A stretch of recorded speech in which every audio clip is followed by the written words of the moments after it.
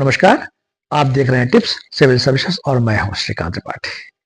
छठ पर्व सूर्य उपासना का पर्व, सूर्य आराधना का पर्व हमारे देश में बड़ी धूमधाम से मनाया जा रहा है।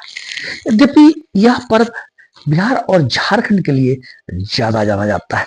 बिहार और झारखंड के लोग देश या विदेश में जहां भी रहते हैं, यह छठ पर्व उनकी मूल पहचान के रूप में जाना जाता है।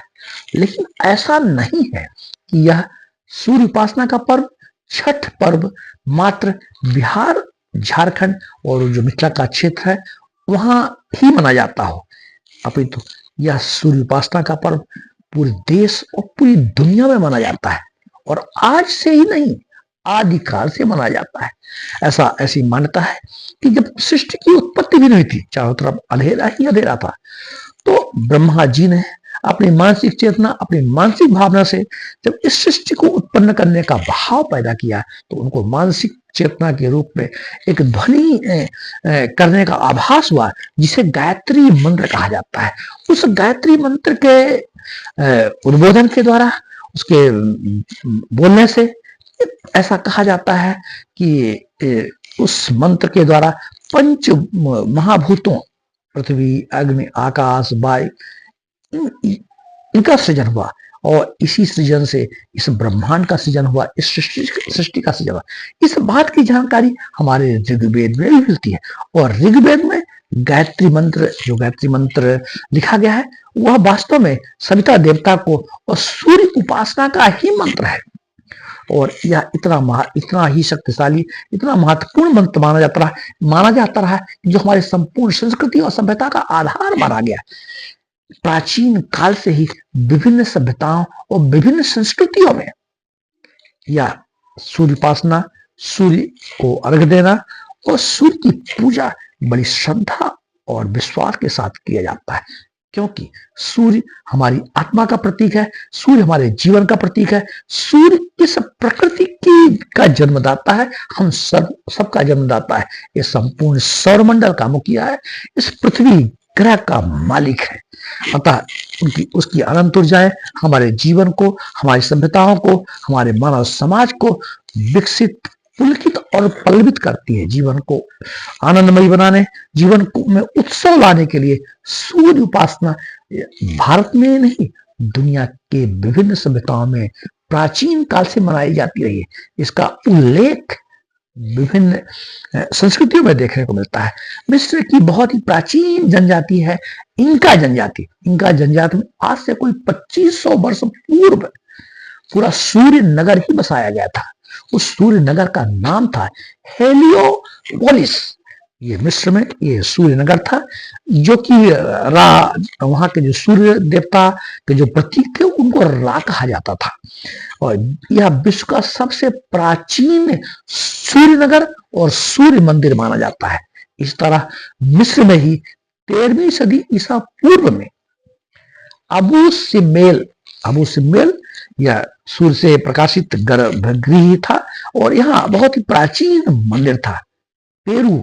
पेरू में भी आदिम समूह, इनका समूह के लोग मंदिर, सूर्य देवता के लिए समर्पित मंदिर बनाए, जिसे कोरिकांचा का मंदिर कहा जाता था।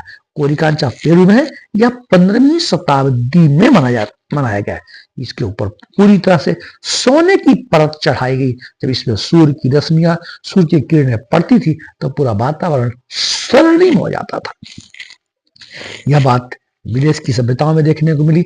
अगर भारत में देखें तो भारत में प्राचीनतम सूर्य मंदिर देखने को भारत में भी मिलते हैं।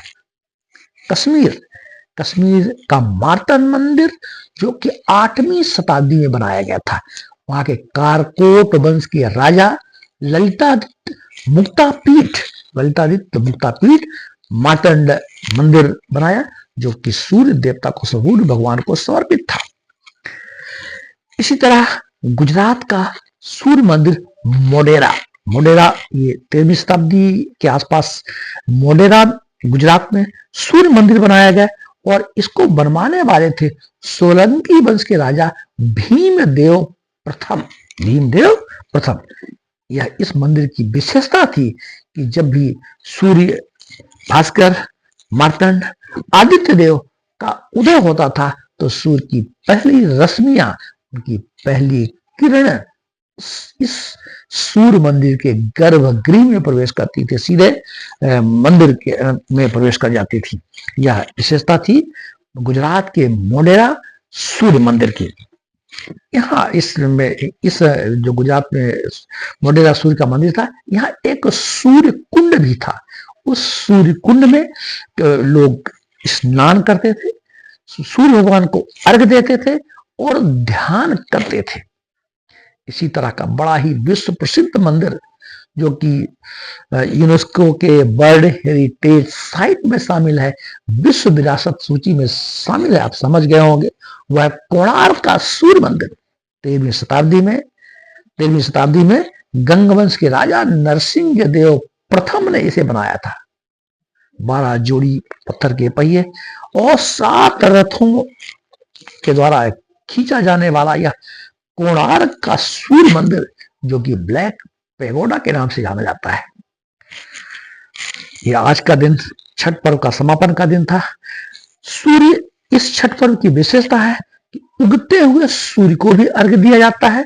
सामान्य तौर पे हमारे भारतीय संस्कृति में उगते हुए सूर्य को अर्घ देने का प्रावधान है, लेकिन इस छठ पर्व में जब छठ पर्व मनाया जाता है तो अस्त होते हुए सूर्य अर्थात डूबते हुए सूर्य को भी अर्घ देने की परंपरा है। इसका बड़ा वैज्ञानिक महत्व है। सूर्य हमारे जीवन का प्रतीक है। यह खरीफ की फसल समाप्त होने के पश्चात इस पर्व को माना जाता है, तो एक प्रकार से यह प्रकृति के अनुग्रह के लिए और सूर्य भगवान के द्वारा, सूर्य देवता के द्वारा जो हमें अनुदान प्राप्त होता है, उनके प्रति कृतज्ञता जाहिर करने का ये माध्यम बन जाता है। सूर्य उपासना ध्यान साधना का माध्यम बन जाता है। ऐसी हमारे शास्त्रों में, हमारे पुराणों में, ब्रह्म पुराण, पद्म पुराण, महाभारत में कहा गया है कि सूर्यपुत्र